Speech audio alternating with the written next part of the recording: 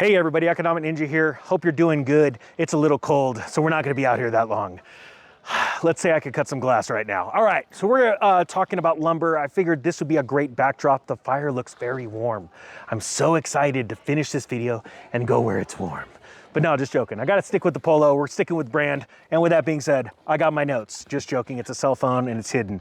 I can't keep anything past you guys. I know it's gonna end up in the comment section. So we're gonna be talking about lumber prices. Guys, I talked about this about 2 weeks ago. And we actually talked about this when I said that lumber was gonna crash back in the spring. It was gonna come down. It did. Futures collapsed. It actually went well below 2019 numbers.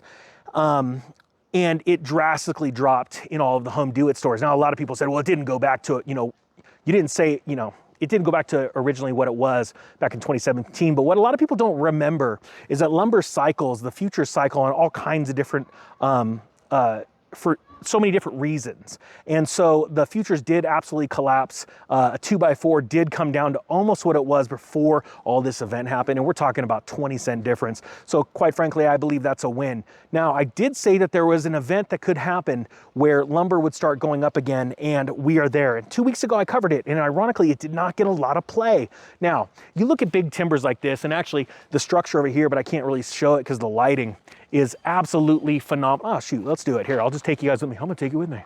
So you look at the big beam lumber, the stonework. I absolutely love this place. I'm up here right next to the entrance of Yosemite. Gorgeous place up here. So lumber started shooting up. We started seeing the futures market start to rise. Lumber prices shot up again in a rise reminiscent of a year ago when climbing wood prices warned that supply chains were breaking down.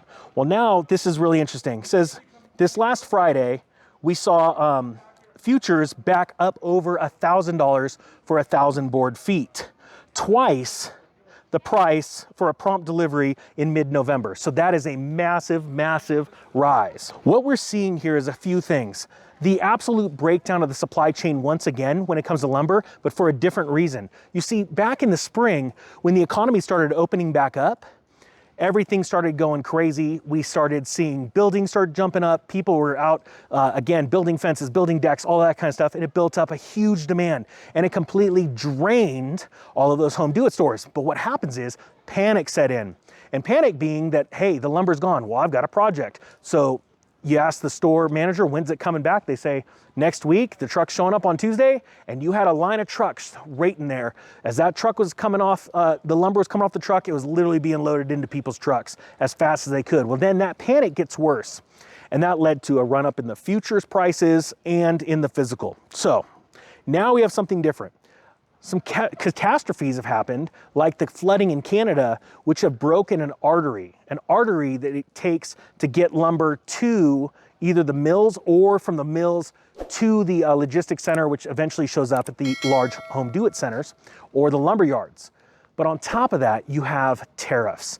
Tariffs right now, the rise in tariffs are going to do a few things. It's going to slow the purchasing of lumber, and it's going to, because it's going to add to that price where people are saying, I don't want to pay it.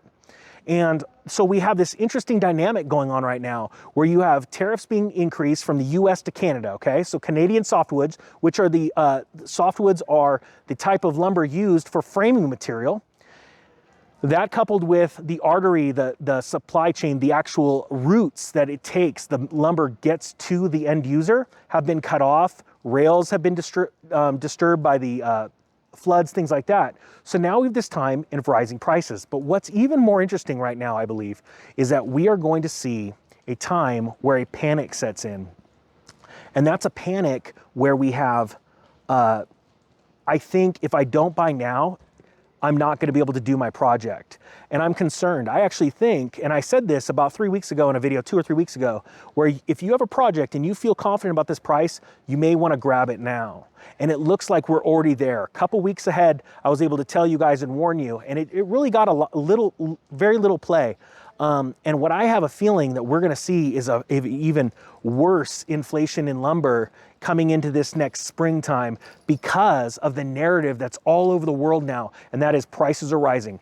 Regardless of what it is, everything's rising. And people aren't paying attention to the truth and reality of the situation, and that is prices are rising because not only supply chain, not only because of tariffs, because of out of control money printing. And so there are the futures boys, the boys on Wall Street are going to start speculating. And I have a feeling, and I hope I'm wrong, but I have a feeling they're going to drive that futures price up to a price higher than what we saw in the springtime. Now, again, this isn't financial advice. I'm not telling you to go buy lumber futures. I'm not telling you even to go run down to the Home Do It Center. What I'm telling you is that it's so important to get the whole picture, okay?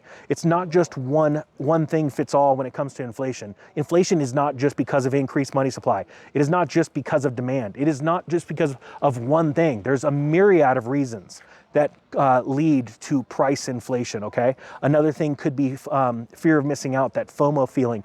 People driving the market higher because of fear. Again, just like the real estate market that we saw in 2005. So guys, I hope you got something out of this. It's getting cold. I gotta get out of here. The Economic Ninja is out.